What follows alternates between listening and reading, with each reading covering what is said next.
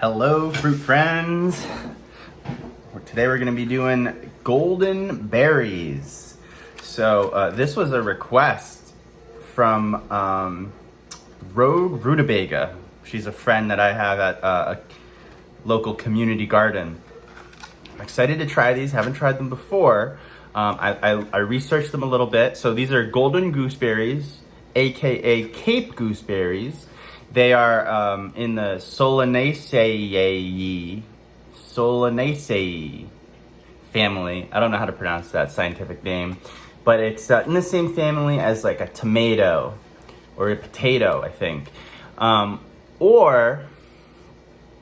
It's also related to the tomatillo.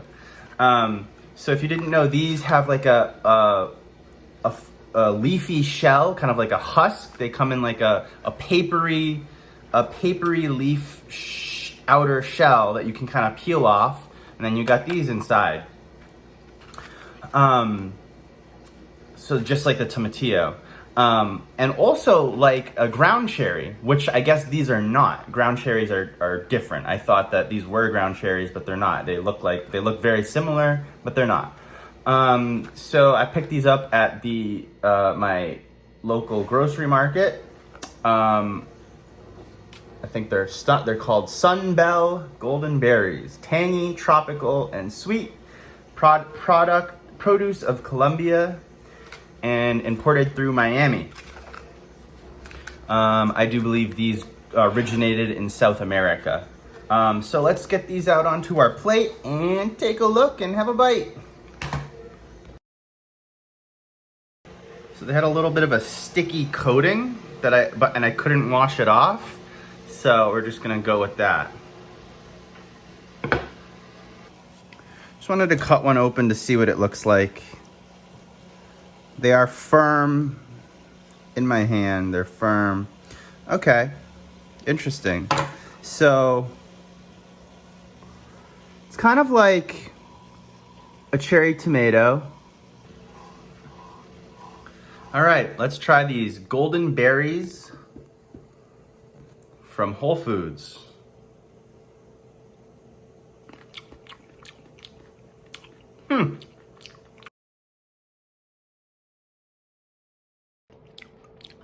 Okay.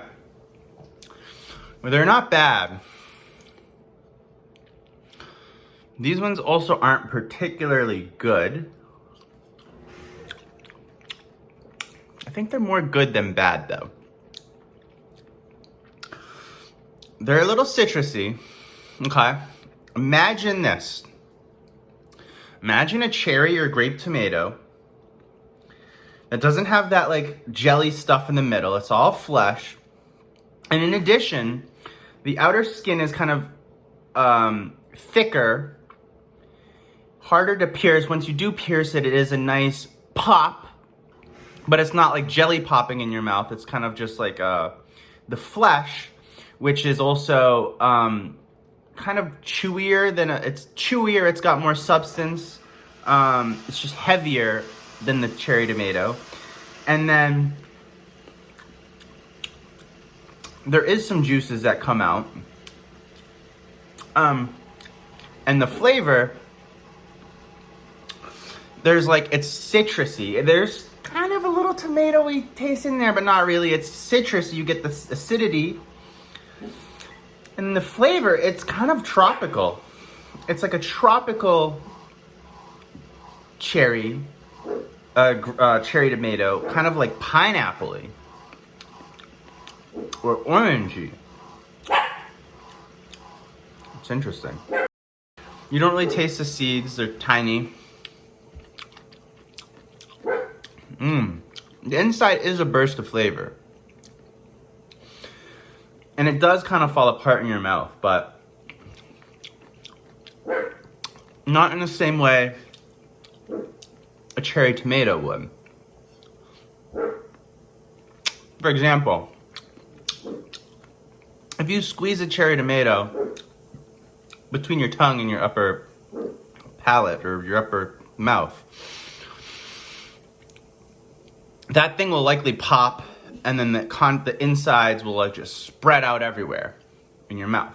This one, on the other hand, you press it up against your upper mouth, and it'll crack maybe. I think that's what it did.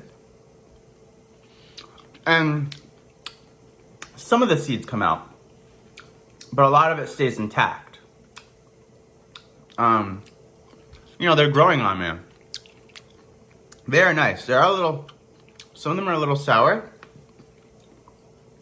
Some of them are more sweet than others. Overall, it is a nice snack. I don't know if these are perfectly ripe or not. One of them was smushy, I threw it out. It's weird. It's like all the orange flavors, like peach, like citrus,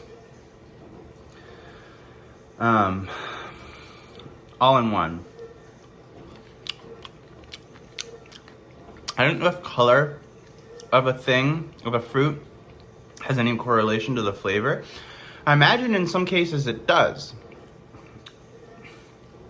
Because the reason for its color is also the same reason for its flavor. It's maybe a certain chemical in the fruit that gives it the color, but that chemical also has a flavor. Maybe that's, you know, I don't know if that's the case here. It's not super sweet. It is somewhat sweet, but it's nothing like any of the fruits I described. Like, it's not sweet like a pineapple or a peach or an orange. It's more sweet like a tomato. Kind of subtly sweet, which is nice. Wow. Anyways, that's your golden berry for you. I hope you enjoyed. I'll talk to you later. Ciao.